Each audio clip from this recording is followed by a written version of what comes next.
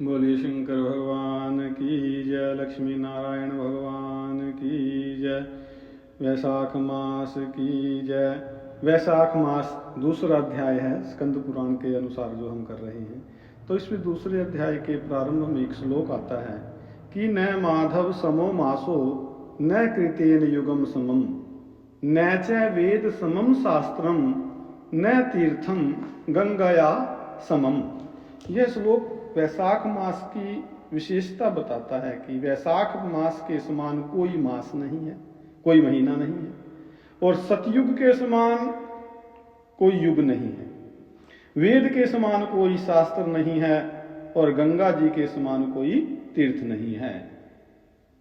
इतनी बात ये कहता है। और भी बताया, बहुत कुछ यहाँ लिखा है कि जल के समान दान नहीं है, खेती के समान धन नहीं है, व्यापार नहीं है, और जीवन से बढ़कर के कोई लाभ नहीं है।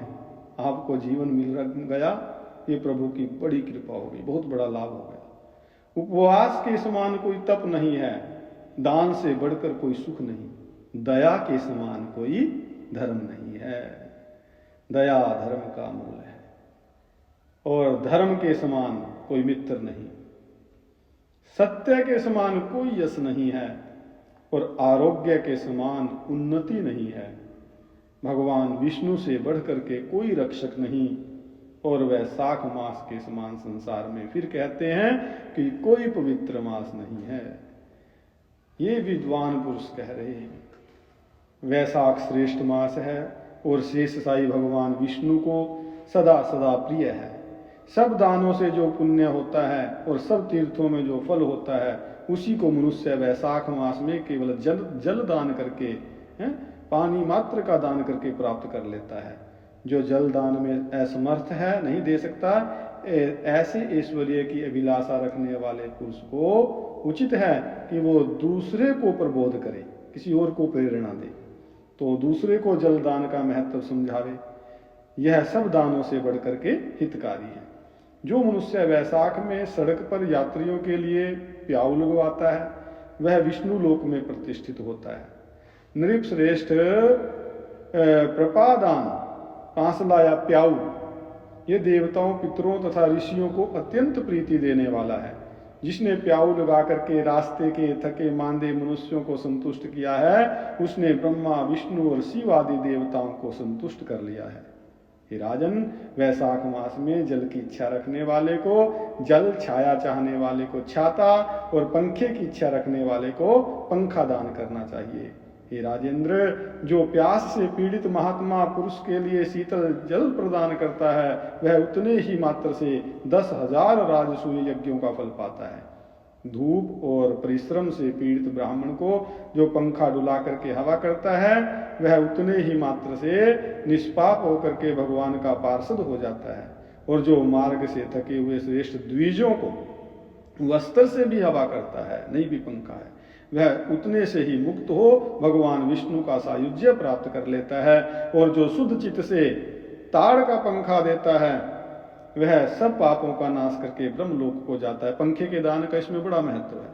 जो विष्णु प्रिय वैशाख मास में पादु का दान करता है, जूतों का दान करता है, वह यमदूतों का तिरस्कार करके विष्णु लोक में चला जाता है।